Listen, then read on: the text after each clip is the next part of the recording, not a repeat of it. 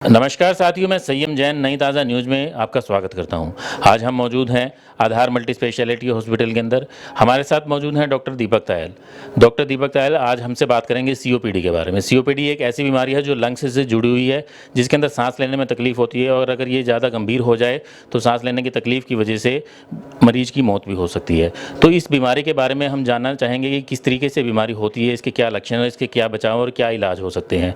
क्योंकि आज पूरे वर्ल्ड के अंदर वर्ल्ड सीओपीडी डे मनाया जाता है। पूरे नवंबर के तीसरे वेडनेसडे के दौरान जो है ये सीओपीडी डे मनाया जाता है। तो इसी उपलक्ष्य में हम बातचीत करने के लिए आज डॉक्टर दीपक तायल के साथ मौजूद हैं। सर बताएं कि सीओपीडी क्या है, इसके क्या लक्षण और इसके मरीज को किस तरीके से इलाज मिलता है और क्या इससे बचने का क्या तरीका है। सीओपीडी की फुल फॉर्म है क्रॉनिक ऑब्स्ट्रक्टिव पल्मोनरी डिजीज़।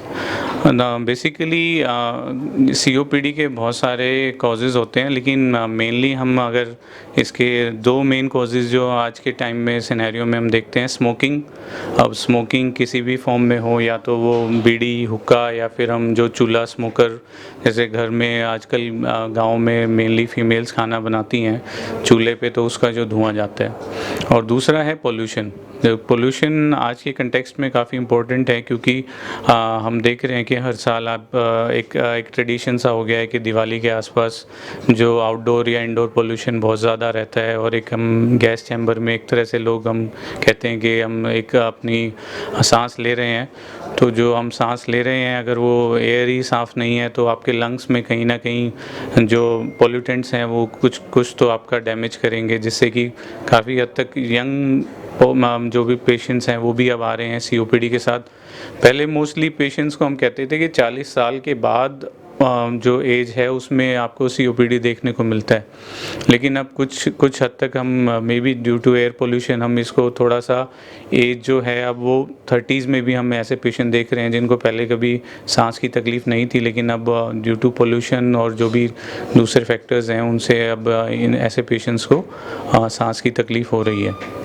तो इसमें डॉक्टर साहब मतलब मुख्य लक्षण क्या क्या होते हैं, मतलब इस बीमारी के लक्षण क्या हैं। सीओपीडी में बेसिकली पेशेंट को सांस फूलना, बलगम आना खांसी के साथ, और दो ये मेन लक्षण होते हैं। और इसके साथ जैसे उसको सांस जो भी आपके उस नींद जैसे सोने में तकलीफ़ होगी अगर सांस फूल रहा है, और इसके साथ साथ उसके सीओपीडी सिर्फ एक लंग्स को कई बार इफ़ेक्ट नहीं करती, एक पूरी बॉडी पे इसके सिम्टम्स आ जाते हैं। क्योंकि अगर आप स्मोकिंग कर रहे हो, आपके लंग्स वीक होते हैं, तो कई बार आपके हार्ट की डिजीज़ भी साथ में ये लेके आता है। और कुछ पेशेंट्स को इसके बाद अगर लॉन्ग टर्म सीओपीडी है और वो स्मोकिंग कर रहा है, तो लंग कैंसर भी कुछ पेशेंट्स में इसमें देखने को मिलते हैं आगे चल के। और बाकी कुछ एक इसके सिस्टमिक साइड इफ़ेक्ट्स भी होते हैं सीओपीडी के, जिससे कि पेशेंट्स का वेट लॉस या फिर उसको खाने पीने में भूख ना लगना या कुछ एक इस तरह के सिम्टम्स भी उनमें देखने को मिलते हैं। तो सांस से संबंधी आपने बीमारी बताई, तो एक दमे की बीमारी जो होती है तो वो क्या यही बीमारी होती है, इससे अलग होती है। दमे की बीमारी हम लोकल लैंग्वेज में दोनों को कंपेयर करते हैं, लेकिन दमा बेसिकली अस्थमा होता है जो कि नॉन स्मोकर्स में मिलता है। वो जेनेटिक या फिर आपका एनवायरमेंटल फैक्टर्स हो सकते हैं इसमें इंक्लूड, जिसको हम ब्रोंकियल अस्थमा कहते हैं। लेकिन सीओपीडी एक तरह से हमारा एक तरह से जो हमारी लाइफस्टाइल डिजीज़ है, कि अगर कोई स्मोकिंग कर रहा है या पोल्यूशन में बहुत ज़्यादा रह रहा है या फिर किसी तरह की ऑक्यूपेशनल इंडस्ट्री में काम कर रहा है जहाँ पे आपका एक्सपोजर है इंडोर पोल्यूशन या आउटडोर पोल्यूशन में, उन लोगों को सीओपीडी होने का ज़्यादा चांस रहता है। अस्थमा के रिस्क फैक्टर्स अलग होते हैं, जो कि आपके जेनेटिक हो सकते हैं या एनवायरमेंटल हो सकते हैं, लेकिन वो टोटली डिफरेंट है। अभी आपने बात की जो इसके कारणों की हम बात करते हैं, सबसे पहले आपने कहा कि स्मोकिंग होती है। स्मोकिंग तो व्यक्ति की इच्छा और लाइफस्टाइल के ऊपर डिपेंड करता है, जैसा आपने कहा। तो पोल्यूशन आज सुप्रीम कोर्ट भी मान रहा है, केंद्र सरकार और जो राज्य सरकारें हैं वो भी बहुत ज़्यादा चिंतित हैं और कारणों को ढूंढकर उसको ख़त्म करने की कोशिश कर रही हैं कि पोल्यूशन जितना फैला हुआ है उसको दूर किया जाए। लेकिन पोल्यूशन अभी फ़िलहाल फैला हुआ, तो उससे बचाव किस तरीके से करें कि जो ये बीमारी जो ना लगे। देखो, बचाव तो टोटली तो हम नहीं कर सकते, लेकिन क्योंकि आप सांस लेना तो बंद कर नहीं सकते, लेकिन आप इस दौरान जब ये पोल्यूशन ज़्यादा होता है तो आप मोस्टली इंडोर आप घर के अंदर रहिए, ताकि आप बाहर ज़्यादा जहाँ पोल्यूशन है उससे बच सकें। और इस दौरान आप थोड़ी सी एग्रेसिव एक्सरसाइज जिसको कहते हैं मॉर्निंग वॉक्स, या फिर आप थोड़ा सा जिसमें आपके लंग्स को ज़्यादा एक तरह से आपको रेस्पिरेशन मतलब ज़्यादा आपको सांस लेना पड़ेगा, तो उस तरह की एक्सरसाइज या फिर हम कोई गेम्स या उस तरह की चीज़ें अवॉइड कर सकते हैं आउटडोर एक्टिविटीज़ को।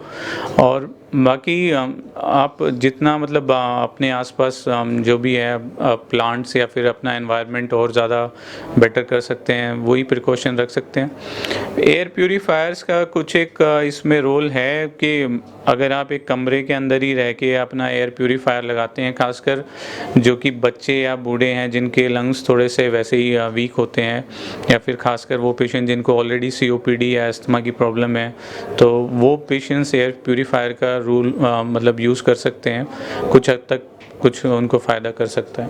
एयर प्यूरीफायर की आपने बात बहुत अच्छी की, क्योंकि आजकल जो है बहुत चलन हो चुका है एयर प्यूरीफायर का घरों में लगाने का, ऑफिसेज में लगाने का।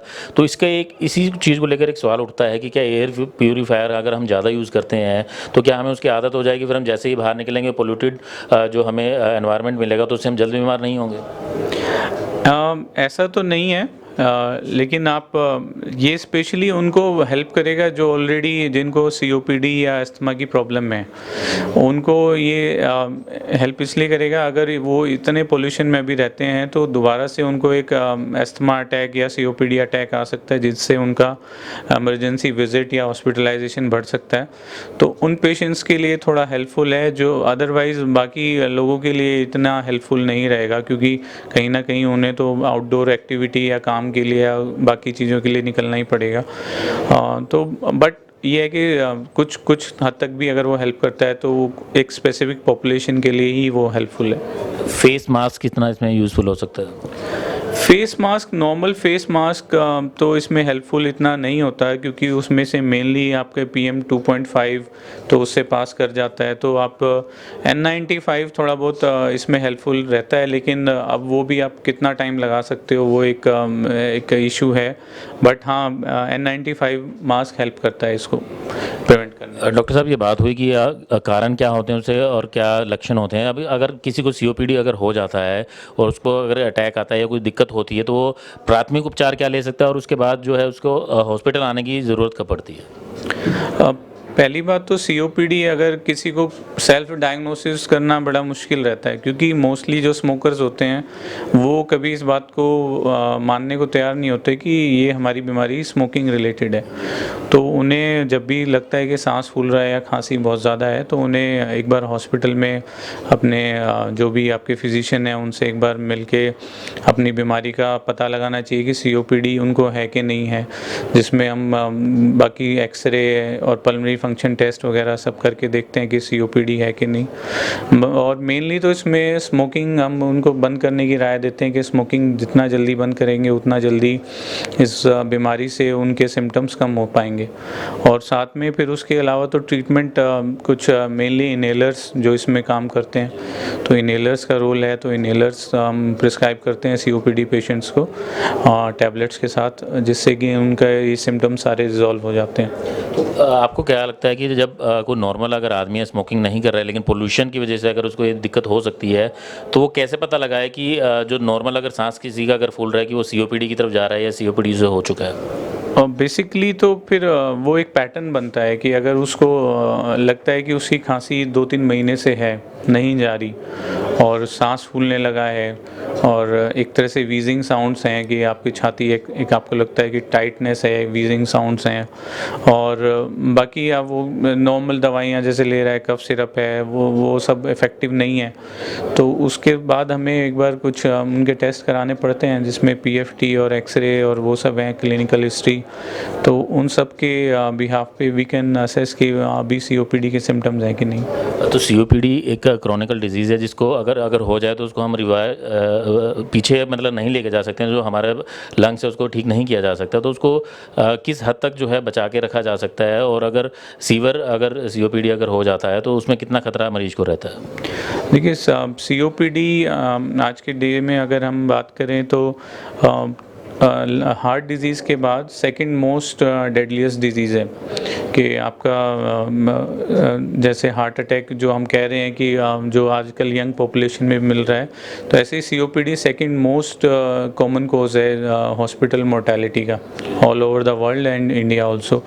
तो अब उससे पता लगा सकते हैं कि अगर सीवियर COPD एक बार हो जाता है तो उन पेशेंट्स को अगर वो स्मोकिंग बंद नहीं करते और ट्रीटमेंट टाइम से नहीं लेते तो उनमें ज़्यादा चांसेस हैं कि उनको बार बार हॉस्पिटलाइजेशन चाहिए और ICU में खासकर हॉस्पिटलाइजेशन चाहिए हो। और उसके बाद फिर कई बार पेशेंट्स को एक बार पूरा ही रेस्पिरेटरी फेलियर हो जाता है तो हमें कई बार पेशेंट को फिर वेंटिलेटर और उन सब चीज़ों की भी ज़रूरत पड़ती है। तो इसको मेनली हम कंट्रोल कर सकते हैं, रिवर्सिबल तो है ही नहीं, तो उसमें हमें डिपेंड करता है कि पेशेंट की प्रोफाइल देख के कि उसके लिए क्या ट्रीटमेंट बेस्ट है वो फिर हम एडवाइस करते हैं। लंग्स रिप्लेसमेंट की भी बात अगर आती है, लंग रिप्लेसमेंट जो लंग ट्रांसप्लांटेशन है वो अभी तक इंडिया में कुछ एक सेंटर्स ही कर रहे हैं पहली बात तो, और बहुत कॉस्टली अफेयर है ना, आपका मे बी 1 करोड़ तक का खर्चा आ सकता है इसमें। और उसके बाद भी कोई गारंटी नहीं है कि वो जो सर्जरी है वो उसमें पहले तो रिस्क इन्वॉल्व है, तो वो सबसे इम्पोर्टेंट तो ये है कि आप उस स्टेज तक पहुँचो ही ना, तो बेटर है कि आप वहीं तक आप जहाँ पे हो उसी को अपनी डिज़ीज़ को जहाँ पे अभी है या माइल्ड है, मॉडरेट है, सीवियर है, वहीं पे आप उसको स्टेबल करने की कोशिश करो, क्योंकि लंग ट्रांसप्लांट इतना इफेक्टिव रहता भी नहीं है, क्योंकि COPD पेशेंट्स में इसका इतना रोल नहीं है। मोस्टली हम ILD या दूसरी कंडीशंस में बोलते हैं, लेकिन अभी तक मोस्टली COPD पेशेंट्स की अफोर्डेबिलिटी भी एक इशू रहता है फिर। तो आपने सुना डॉक्टर दीपक तायल ने बताया कि COPD वर्ल्ड में दिल की बीमारी के बाद दूसरी सबसे बड़ी बीमारी है और इससे होने वाली मौतें भी हर साल लाखों में होती हैं। ये एक ऐसी बीमारी है जिसके बारे में जनता में जागरूकता काफ़ी कम है और जागरूकता फैलाए जाने की ज़रूरत है। इससे बचने के लिए धूम्रपान छोड़ना सबसे ज़रूरी है और प्रदूषण से भी बचकर रहना ज़रूरी है।